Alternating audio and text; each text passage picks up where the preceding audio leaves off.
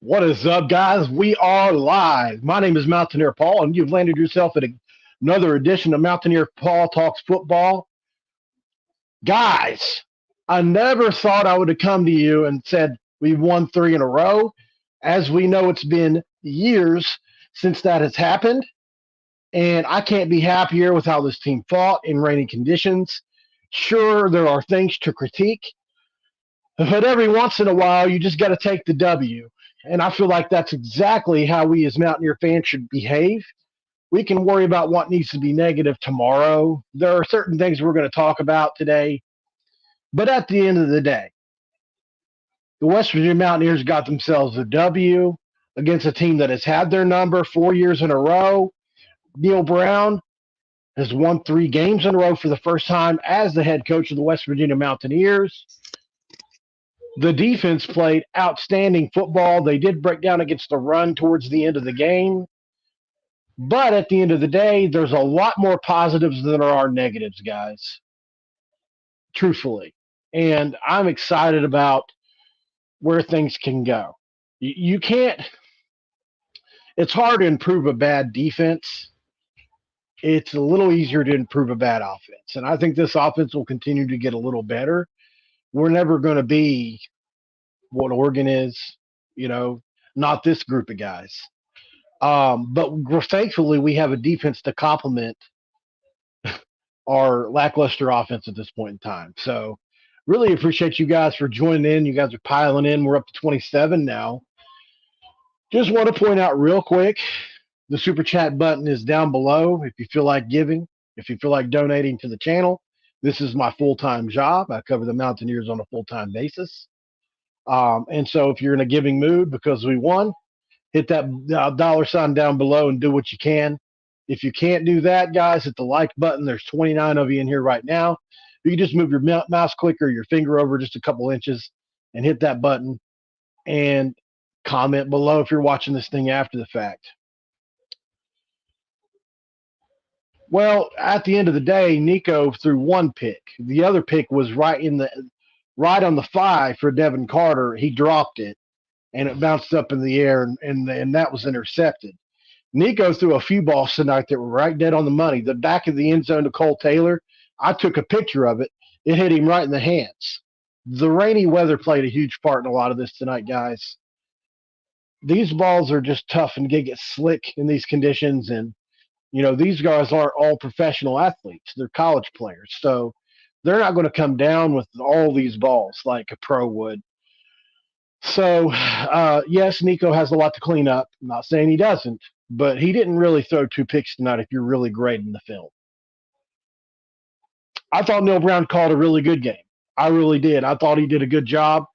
A lot of people could criticize the throws in the fourth quarter, but that first throw was there. It was there to be had. Horton was downfield. He broke between the safety and the corner, and call it what you want. Maybe it was a bad throw by Nico. Maybe Horton didn't adjust to the ball quite right, but that was there.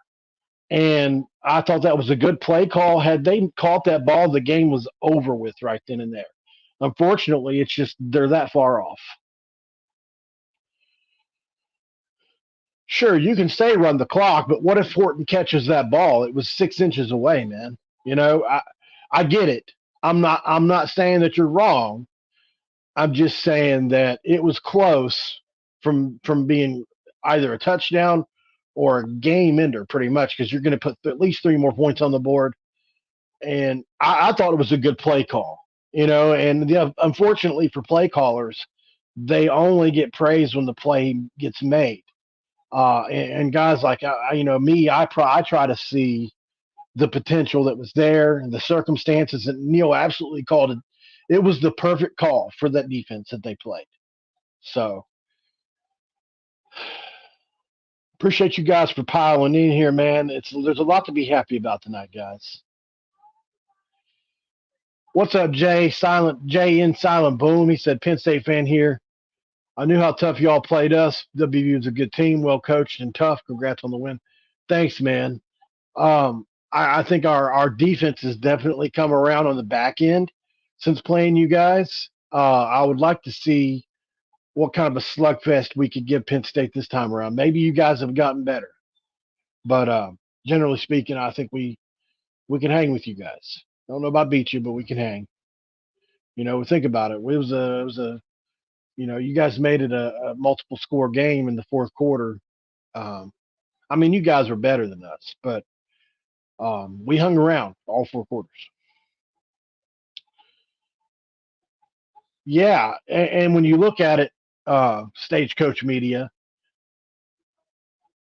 guess who is back to putting a pretty good defense on the field, a pretty good product on the field again? That's Jordan Leslie. 3 out of 4 years now, right? So, or 4 out of 5 years, I guess it would be if you consider this year. This year, this defense has only really had one really bad year.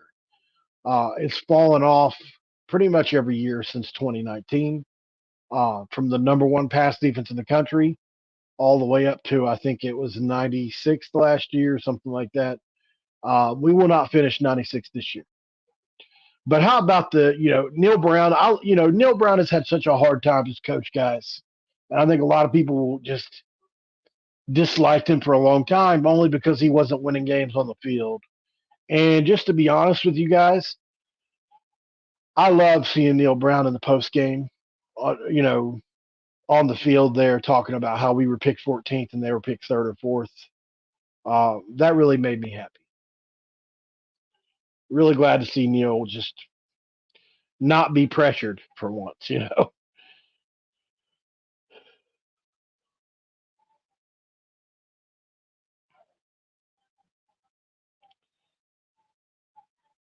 Right. Well, in today's day and age, too, don't forget the replay booth pretty much looks at everything now first. Um, and there are certain cases where I don't know the exact rules, but basically the replay booth makes challenges for you anymore. I mean, you can have them have a closer look at it, but usually if the replay booth doesn't do it, it's a pretty good indicator there's no need to throw the flag or challenge the play. But there were a couple spots tonight I do agree that were questionable for sure.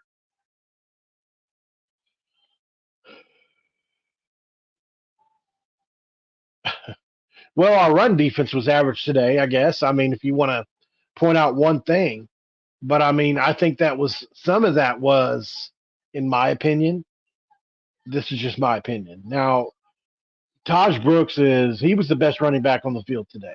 And I didn't think I would ever say a back was better than CJ Donaldson very much. Taj Brooks was the best running back on the field today, and it wasn't close. And he just kept falling forward. And that kid is special. I see what Neil Brown was talking about now. Um, but a lot of that was by design. I think WVU was letting them get chunks to run out that clock towards the end of the game. That's just my opinion. They were keeping the safeties out of it, and towards the end of the game, so they keep everything in front of them.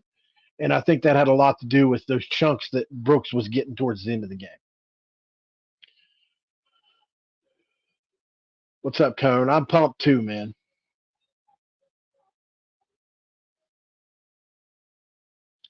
3 in a row. That's right. I mean, as a content creator, Cone, I hope you know I have to talk about some of that stuff, only just because not all my fans or listeners are created equal. So, we got to talk about some of the bad, but it's going to be mostly positive. Always got to try to get better, right?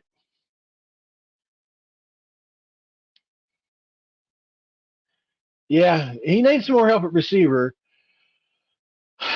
Guys, I'm just a little disappointed with Devin Carter. I was really hoping he would have made bigger impact, and we haven't seen much since Penn State. But that second down pass after the shot play to Horton in the fourth, where he caught the screen, the guy shoelace tackled him. And I just thought, we brought him in here to be a guy that broke tackles. And so far, he hasn't been that. Bryce Ford Wheaton was pretty good at breaking tackles, getting through first contact. That was what made him good last year. Unfortunately, excuse me, just ate some Giovanni's pizza. Um, Unfortunately, he hasn't grown into that yet. He's got the size. He's got the ability. I'm not sure why it hasn't come to fruition yet. Uh, but I was glad to see some of the guys start to show out today. There was a couple receivers that didn't have, I mean, that had a decent game. Let me look at the numbers. Oh, by the way, guys, Nico Marchiol led our team in rushing. Last I checked, he was right around 75 yards. Yeah, so Nico had, you might as well call it 75. He had 78 rushing and 72 passing. So, Nico accounted for 150 yards of offense. That's not bad for your very first start. One touchdown, and in my opinion, one of the picks is not on him. And if you look at the film, could have easily been two, possibly three touchdowns. I can make a case for Nico Marchiol getting another start, guys. Maybe some of you disagree with that. I know he doesn't look quite ready to run the full entirety of the offense. I still maintain that he has a higher ceiling overall.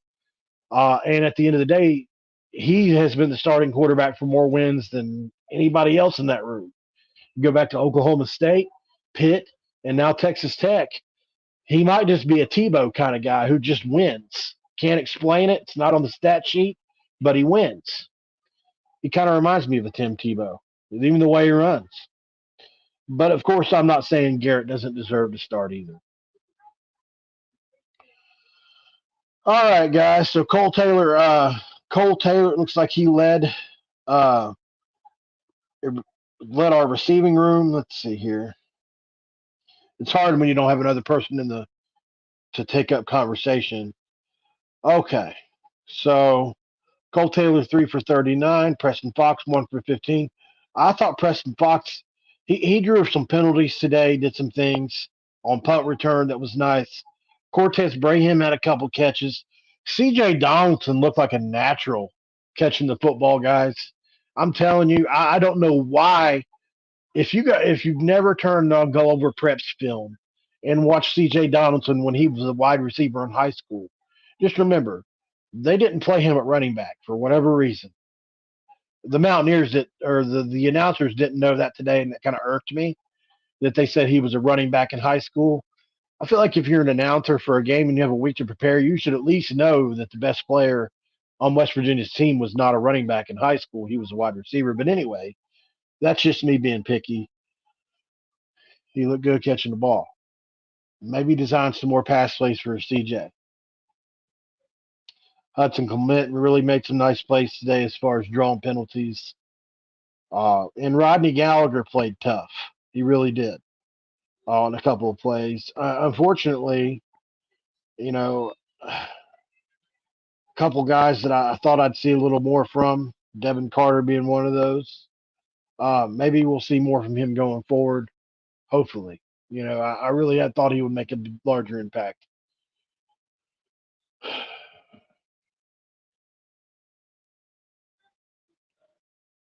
Yeah, I would love to see it too, man. And he is such a natural pass catcher. He really is. He's extremely talented in all aspects. And I just worry about him as a running back full time. I personally think he should be more of a Swiss Army knife type player, a player that you line up at the tight end, you line him up in the slot. I just think we're not doing enough with him, but I understand too. Our running back production really drops off behind him. Unfortunately, Jalen Anderson has been pretty disappointing so far this year. And just our running back room as a whole has been really grinded out, right? There's been very few explosive plays. The one explosive we had was from who was it from? It wasn't from CJ. It was from Johnson. And so Jalen Anderson hasn't had an explosive. CJ hasn't had too many, and then Johnson had the one, but it was called back, unfortunately. Yeah, Gene White looked good in the one carry that he got. And I'll be watching for that, guys. He might solidify and take over that number 2 role before too long, by the end of the year. Another guy I saw hit a couple breakout moments today was Day Day Hawkins, who it doesn't look so good that it's going to happen. But I predicted he might be the MVP of our defense this year. That's not looking like one of my better predictions, but hey, you got to own it when you're wrong about things. I also said James Hurd was going to be a freshman All American. I didn't know Tyron Bradley was going to be the pass rushing MFer that he's become. I mean, I looked at his tape at Abilene Christian, knew he had twitch. And obviously, James Hurd's been here for a blue million years. Or not James Hurd, but you got the other guy. Uh, my my brain scrambled from everything. I was so stressed out towards the end of that game. I was sitting here just, you know what? A lot of you older Mountaineer fans will remember this. Do you guys remember that game against Cincinnati? Probably 20. I'll say 2011, maybe 2012. Tony Pike, where they scored at the end of the game and went for two and won it. That broke my heart, man.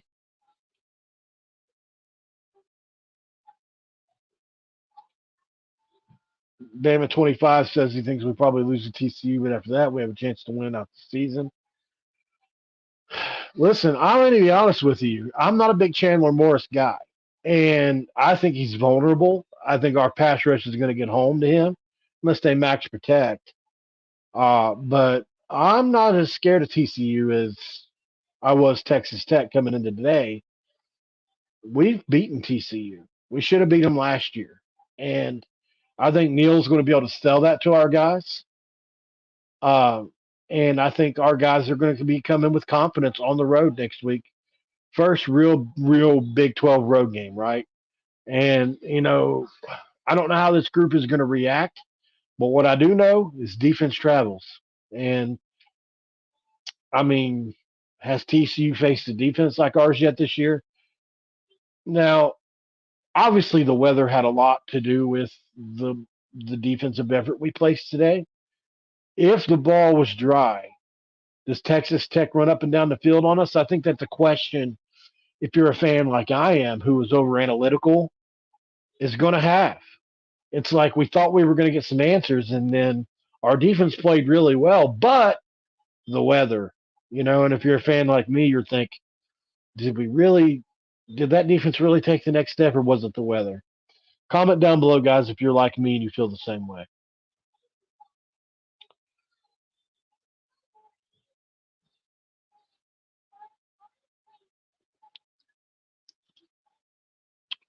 I do think we're going to have to. I mean, we hit 20s today. Um, I mean, I predicted this game to be a 27-17 game. I was not too far off. 14 points. But generally, guys, I think we can win next week's game with 28 points. I think the way our defense is playing. Maybe I'm wrong on that. Maybe they'll blow us out of the door, out of the stadium. But I really feel like uh, our defense can travel on the road with keep us in the game now. I agree, Leo Cole. I agree. My buddy Coos was at the game. I saw him in the chat room here. I don't know if he's still in here or not, but guys, if Coos, obviously at Coos' Corner, don't forget to subscribe to his channel. Um, he and I do a basketball channel together called Hoops from the Hills. And if you guys don't know, we got 90 of you guys in here right now. We will be interviewing West Virginia Vice President and Athletic Director Ren Baker, which is a pretty big get for us. We're excited about it. We're going to be doing that on this channel and on Hoops from the Hills. We'll probably do it on both channels. I don't know if it'll be simultaneously. We'll probably pre-record it and release it a little bit later. So if you guys have any questions for Ren Baker, we've already got a ton on my Twitter page. But if you want to maybe drop a super chat down below, if you've got something you really want Ren Baker to know and hear, drop a super chat below. I'll make sure you hear it. Other than that, guys, we'll move on. Yeah, I'd like to see I'd like to see Horton get more than one shot play a game, but today's game wasn't just excuse me. It just wasn't that type of game where we could really afford to. Let's see. Oh, and by the way, how about Beanie Bishop today, guys? I mean, that kid was all over the field. He made a touchdown saving pass deflection towards the end of the game. And one of you guys told me to go look at the Penn State Minnesota tape. And I did. And he certainly had a good game that day. This has been 2 years ago now, I think. I did not expect him to turn into what he has. I think it might have been Bama 25. But man, he really put me on the beanie, and I got to give him his props for that. Tosh, we ran into a I don't know how to say this. We ran into a problem with the Jay Kuntz interview. I'm not allowed to say very much, but so basically what happened was I secured this interview without going through the proper channels, and so I kind of got in trouble. I didn't go through the communications department. I didn't go through Ren Baker or anybody like that. I just kind of went out on my own and asked him to do it. And I think he was trying to be nice and all that, but and I think he was willing to do it. But at the end of the day, we just didn't go through the proper channels, and that's really all I can say. I can't go any deeper into it. There is more to it, but at the end of the day, guys, know that we tried, and I'm sorry for leading you in the wrong direction on that. I felt really bad about that. I was just kind of hoping it would go away. Um, but at the end of the day, I can't, I have to answer to you guys. I know, they have asked me to keep quiet about a lot of it, and I've tried to, but I feel like you at least need to know that much. So I hope that's enough for you, Tosh. Um, I hope you guys don't unsubscribe over it or anything. You know, sometimes these things happen. Damn straight, John Kelly. Country roads. Oh yeah, I thought that was you, brother. Thought that was you. Uh, Thanks for putting me on the beanie, man. That tape was very handy, and I am very much a tape watching guy. Why are you mad, man? Are you that mad? Hey, Coos, if you're in the chat room, put that guy out. Well, I'm not saying that it's not going to happen, Tosh. I'll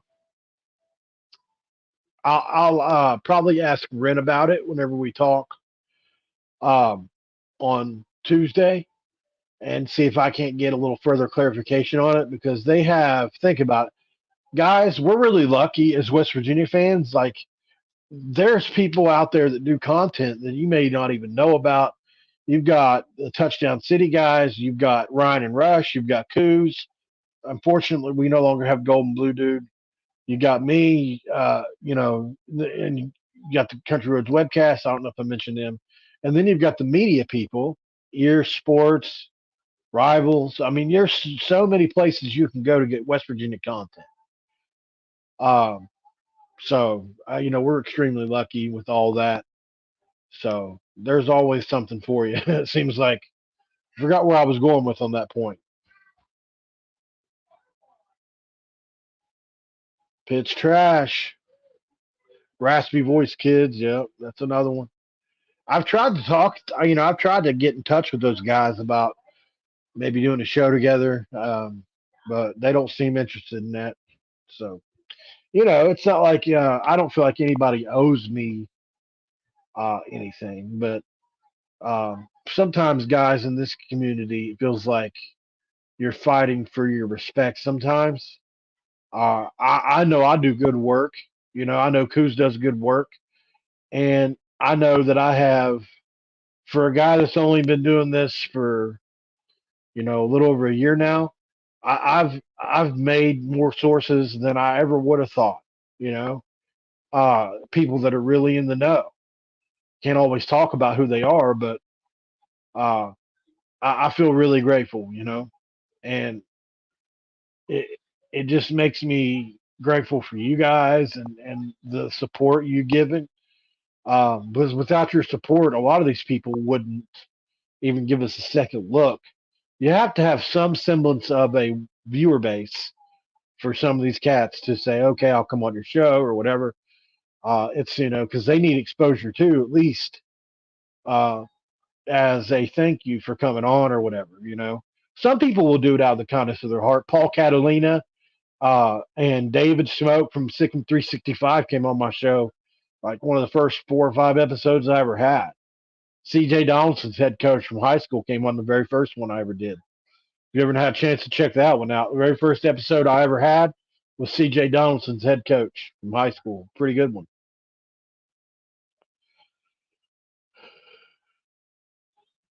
Yeah, I'll be right there.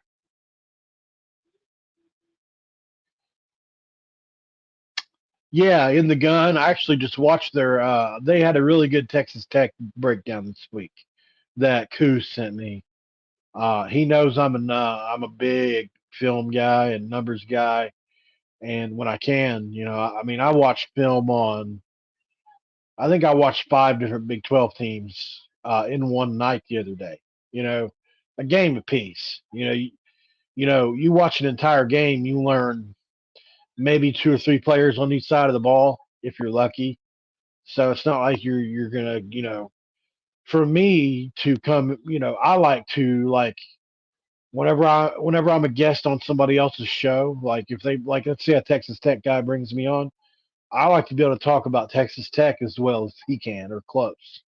I pride myself in that, so I try to since I do this full time, I try to watch as much as I can. But sometimes you spread yourself too thin. So, all right, let's talk a little bit more about this game, man. Yes, Wendell Clement did play today. He had a catch. He had a couple drawn. I think he had a couple penalties that he drew. Let's look at this defense, man. So in the Big 12, if you hold teams at under 321 yards, you're going to win games. 161 passing yards, that's going to get it done. You know, how you can talk about the weather or not, at the end of the day, the number is the number. Rushing yards 160, that's not a good number. But like I told you guys earlier, a lot of that was allowed. They were allowing so that they could play sort of a shell coverage, keep things in front. 4 yards per play on defense. They had 20 first downs. They outgained us in first downs. Third down efficiency was really bad on both sides. Tech 2 for 18. We were 3 for 13. We were 1 for 1 on fourth. They were 5 for 8. They had 81 total plays to our 65. 6 punts apiece. Really, the difference in this game was penalties and the timely nature of penalties for them. They had some rough penalties tonight, guys. If I was a Tech fan, a couple of those penalties were iffy, or at least I was, as a Mountaineer fan, I was skeptical of a couple of them. I really was.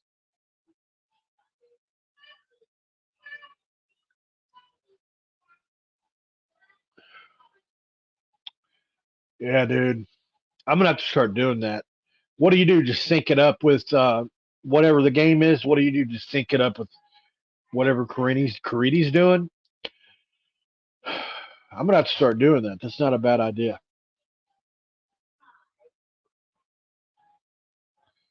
I agree, John. He will.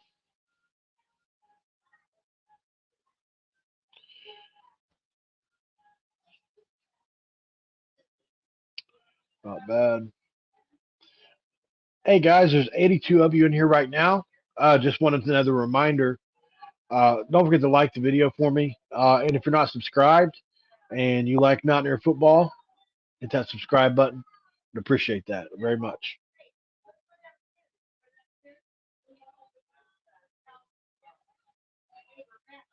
Right. I feel you there, Luke. Um,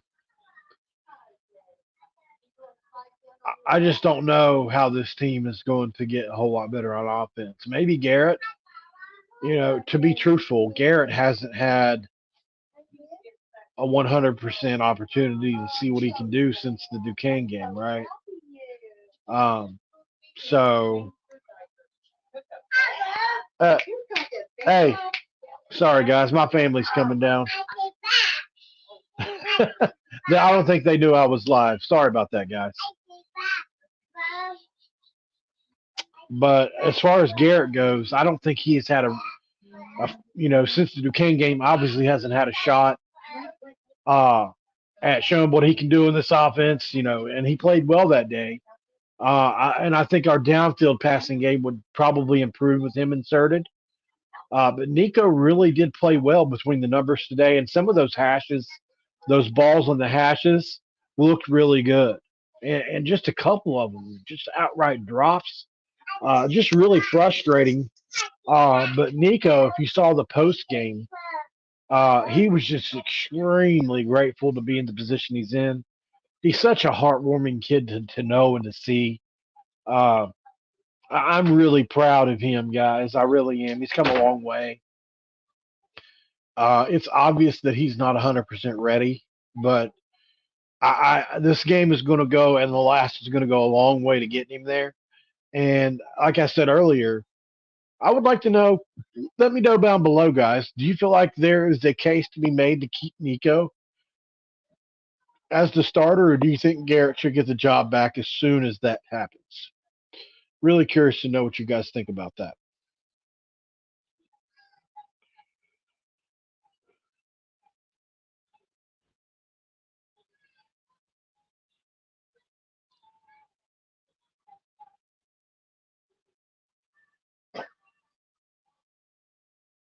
Agreed. 3-13 is ugly on third. Um, Give Texas Tech credit though. They've got a really talented defensive front. They've got two of the best D linemen in the country, not just in the conference. And they made it really tough sledding all night long. They really did. I mean, Nico really had more, you know, Nico did a really good job pulling it, and they did a really good job designing quarterback runs for him today. Neil called himself a good game today. He really did. Thanks, Sasquatch, for that opinion. He has a pedigree. Yeah, I mean, you guys think about it. Nico basically threw a game winner today. I mean, it wasn't in the final moments or seconds, but that drive after Tech crept up to making that a one-score game, there was a lot of pressure on Nico for that, and I feel like he played pretty well throughout that.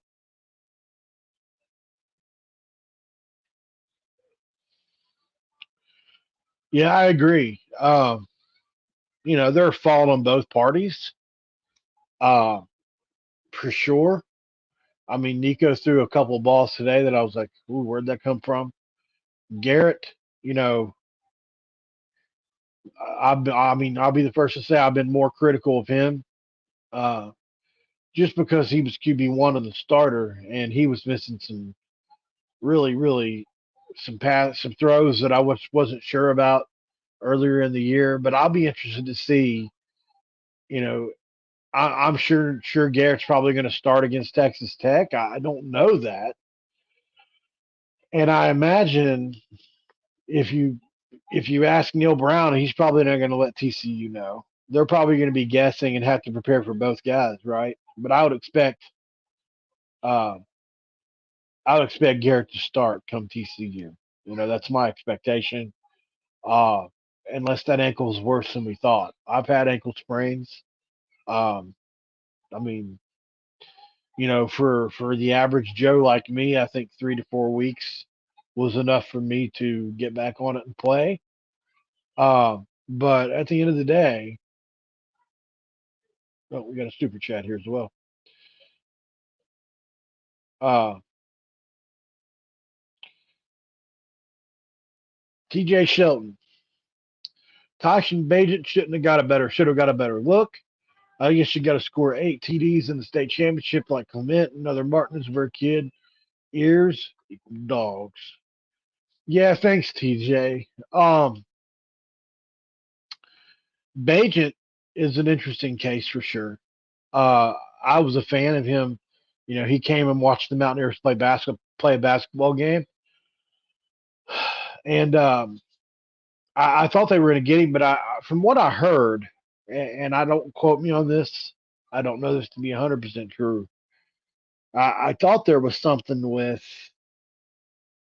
I think it was his credits not transferring over from Shepard or something along those lines. Maybe somebody in the comments can correct me, but and I think JT Daniels came available in the allure of a 5-star guy. Just think about it, guys. Before he got here, he was 7-0 as a Georgia starter, and had a really good year for them outside of being injured. So it's not like it was a bad call to bring JT Daniels in. He just didn't work out. You know, in my opinion, I think his body gave up on him at the Texas Tech game last year. You know, thanks for the super chat, sir. Hey, Krista. Well, Krista, now, you know, you're a loyal listener of mine. I hate to disagree with any of you guys.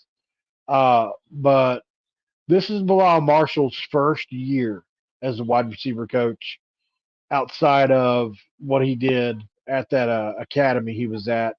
You'll forgive me if I forget where he came from, but he's a guy that's played receiver at the Power Five level and the professional level.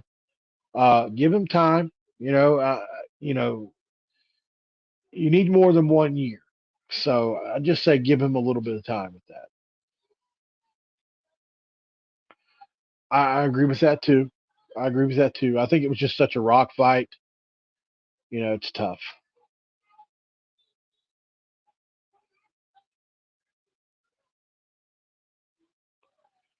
Yeah, that'd be great.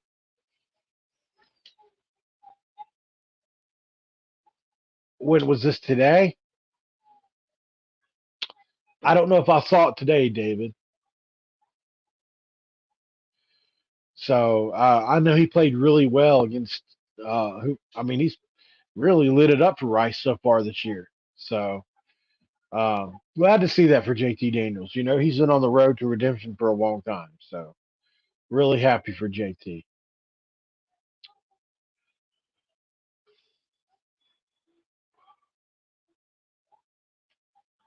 Well, remember now, that's what happened last year. The wide receiver coach, he is now at Liberty, Washington. I think it was his last name. And so you bring in Bilal Marshall, who, in a lot of people's opinions, is a bright, up and coming wide receivers coach. So, you know, a lot of these guys were here before he even got here, guys. He might have one, maybe two guys. Just think the guys that Bilal Marshall was able to get, Traylon Ray and Rodney Gallagher. It's a pretty good start. Just give him time to build a wide receiver room that's actually his, is all I'm saying.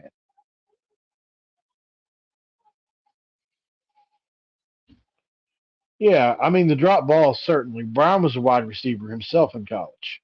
So it's not like he doesn't have any wisdom to give there. Um, you know, it's one of those things that it's been head scratching to say the least. I agree with that, John. Punt return game does look pretty good.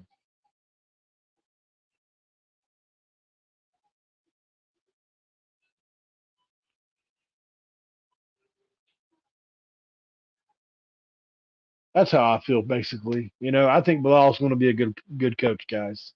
You know, and he's going to be an elite recruiter. It's no matter of when, not if. It may not be, you know, in my opinion, he'll be snatched up before too long. Once he gets a couple more years under his belt, he's too personable. He's too likable. He's too good of a recruiter. And those, you know, if you're those things, you've got a spot on somebody's football team. You don't even have to be able to teach.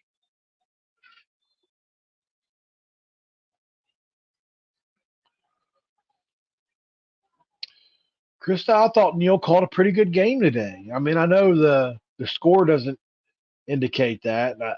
I'd like to know what your issues were with today's play calling, if you don't mind me asking.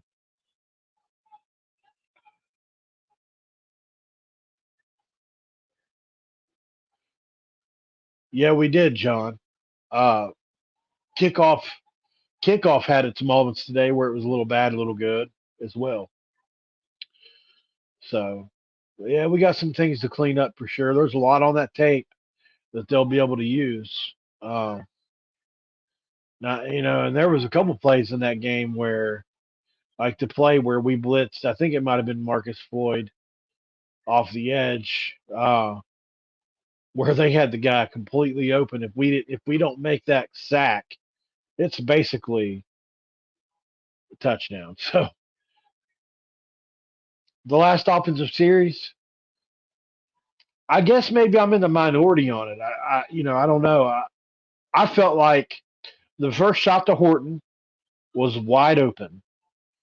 At the end of the day, Horton didn't. He either didn't adjust to the route, or Nico just maybe a foot too long to his left. That almost hit. And the thing about being a play caller is you only get remembered for the plays that hit. So I feel like that in the circumstance for the defense, it was a perfect call for the defense. It's just that our receivers and quarterbacks just haven't been good on shot plays for whatever reason yet. And um, the second play to Devin Carter was a 5 yard gain. Devin Carter's got to break that, tackle. He's got a corner or a safety on him, and he gets tackled shoestring. And excuse me again. That's what you bring Devin Carter in for, I feel like. You got to break that tackle, but certainly not running clock was, it was questionable, for sure. I'm not saying it wasn't.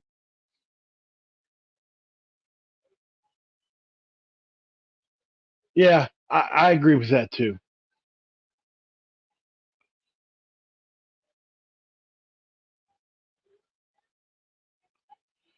It's a tough one, man.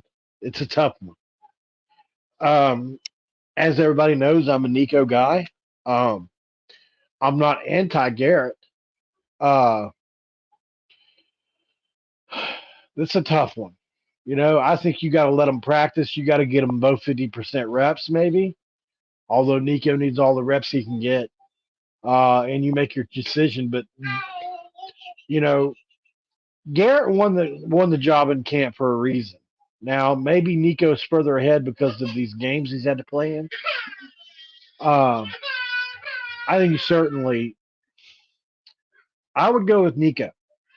You're still winning football games with him. The world's not falling. I think he's getting experience. You've got a young nucleus here with Traylon Ray, Rodney Gallagher, everybody. And you keep Nico happy. He plays the rest of the year. As long as you're not losing football games, and I say why not? Get him the experience he needs, and by the end of the year, he'll be a completely different player. Um, but I don't know if Brown can afford to bet on himself like that. Maybe he wants to go with Garrett because he's a safer pick. It's a tough choice, man.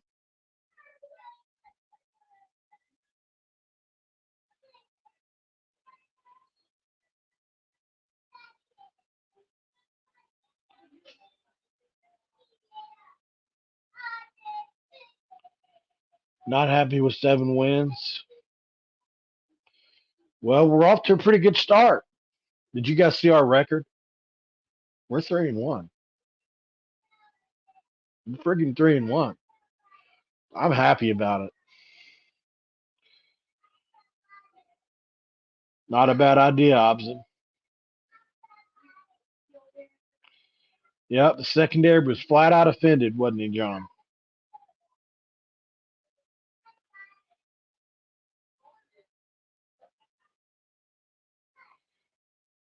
I think at times he was, and at times he wasn't. Uh, you could see that they were trying to, because they had to throw him in on the fly. they were running plays to Nico's right, even though he's a left-handed player, probably for sake of the offense, so that the other players didn't have to change too much. And Nico throws a really good ball to his right. It's kind of unusual. He threw a really nice ball to his right in the third quarter. I think it was maybe fourth. But so because with Garrett, they're all the plays that roll out usually go right. And I think that was kind of cool, a little wrinkle that they threw in there. They kind of kept Nico going right, but I think it was a little mixture. In the beginning of the game, no, not so much. But he got more comfortable.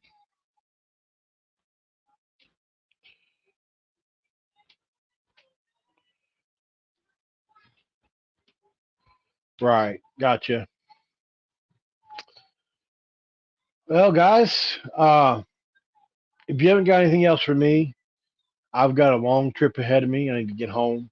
I'm at my sister's house today, so hanging out with the family. If you guys have nothing else pressing, I'm going to jump off here. It's been about 47 minutes. I certainly appreciate you guys for tuning in. As always, you guys show me a bunch of love. Share this video if you can. Like the video. Comment on it if you're seeing this afterwards. It means a lot to me. This is my life, guys. This is all. I've chosen to put everything into this. So the support really means something to me, for real. I really appreciate it, guys. All right, guys. As always, this has been another edition of Mountaineer Paul Talks Football. Let's beat TCU. This episode is over. I'm out. Q Country Roads.